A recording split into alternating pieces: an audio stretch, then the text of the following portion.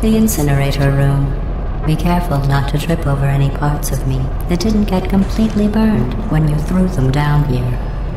The dual portal device should be around here somewhere. Once you find it, we can start testing, just like old times.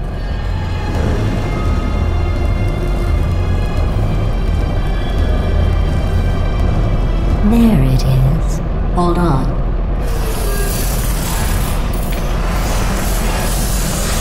There. Good. You have the dual portal device. There should be a way back to the testing area up ahead. Once testing starts, I'm required by protocol to keep interaction with you to a minimum. Luckily, we haven't started testing yet. This will be our only chance to talk. Here, let me get that for you. Do you know the biggest lesson I learned from what you did? I discovered I have a sort of black box quick save feature. In the event of a catastrophic failure, the last 2 minutes of my life are preserved for analysis. I was able, well, forced really, to relive you killing me again and again, forever. You know, if you'd done that to somebody else, they might devote their existence to exacting revenge. Luckily, I'm a bigger person than that. I'm happy to put this all behind us and get back to work. After all, we've got a lot to do, and only 60 more years to do it. More or less. I don't have the actuarial tables in front of me. But the important thing is you're back, with me. And now I'm on to all your little tricks, so there's nothing to stop us from testing for the rest of your life. After that, who knows? I might take up a hobby.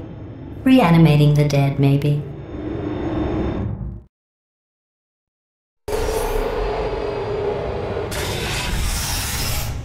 Sorry about the mess. I've really let the place go since you killed me. By the way, thanks for that. Sarcasm self-test complete. Oh good, that's back online. I'll start getting everything else working while you perform this first, simple test, which involves deadly lasers and how test subjects react when locked in a room with deadly lasers.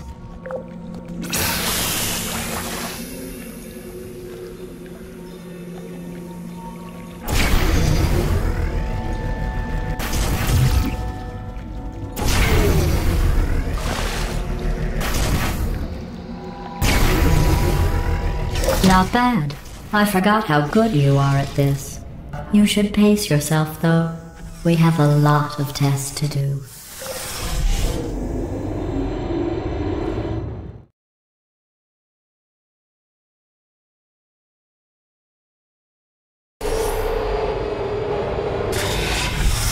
This next test involves discouragement redirection cubes. I just finished building them before you had your, well, episode. So now we'll both get to see how they work. There should be one in the corner.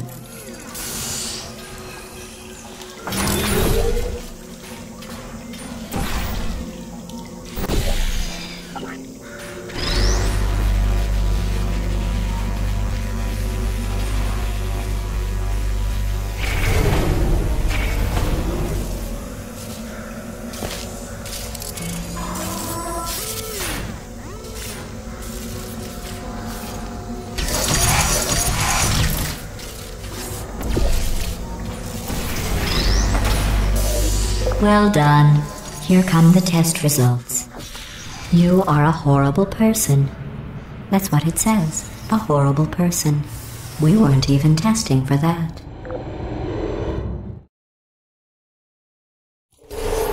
Don't let that horrible person thing discourage you.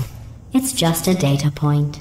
If it makes you feel any better, science has now validated your birth mother's decision to abandon you on a doorstep.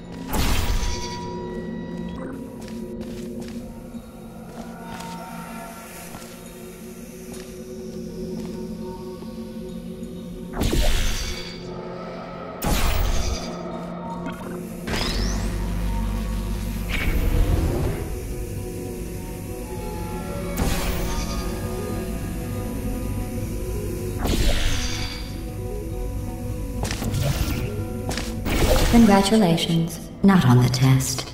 Most people emerge from suspension terribly undernourished. I want to congratulate you on beating the odds and somehow managing to pack on a few pounds.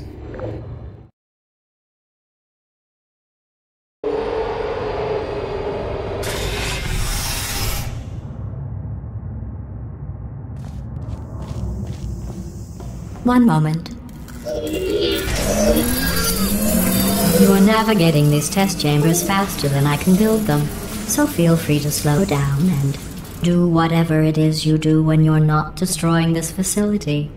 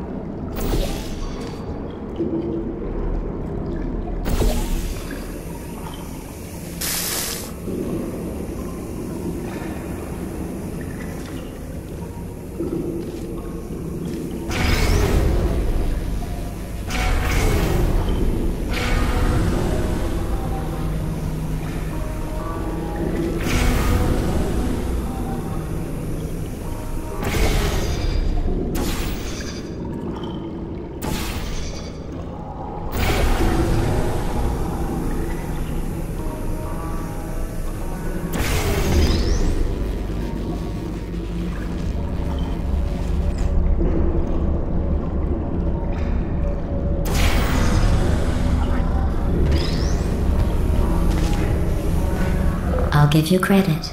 I guess you are listening to me. But for the record, you don't have to go that slowly.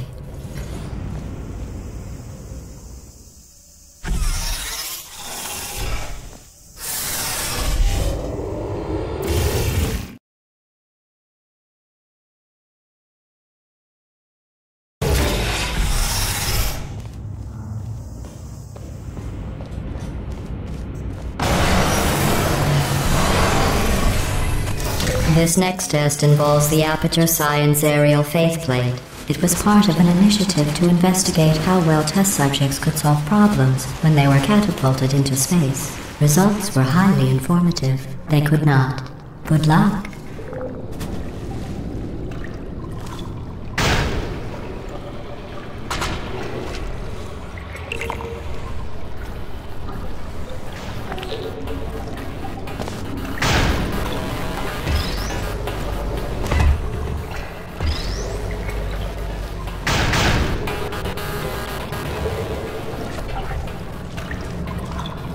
Here's an interesting fact.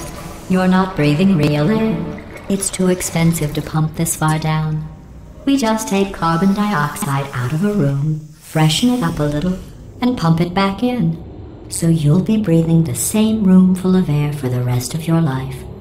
I thought that was interesting.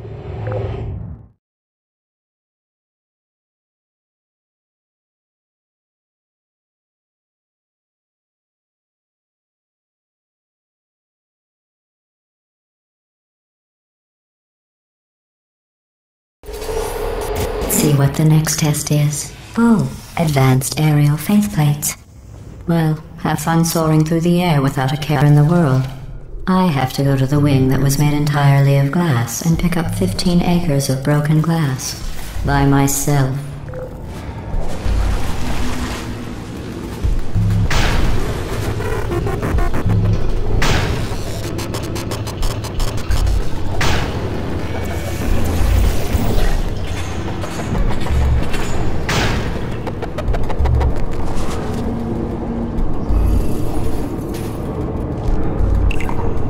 Oh, sorry. I'm still cleaning out the test chambers, so sometimes there's still trash in them, standing around, smelling and being useless.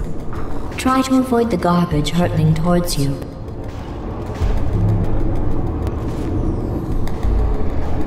You don't have to test with the garbage. It's garbage. Press the button again.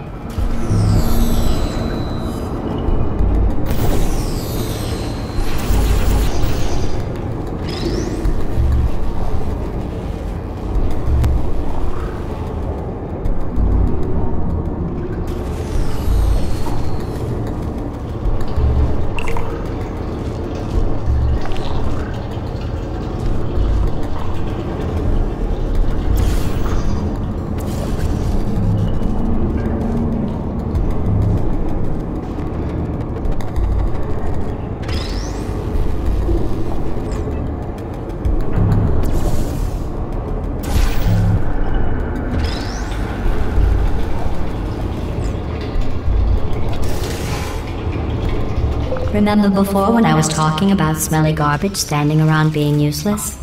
That was a metaphor. I was actually talking about you. And I'm sorry. You didn't react at the time, so I was worried it sailed right over your head, which would have made this apology seem insane. That's why I had to call you garbage a second time just now.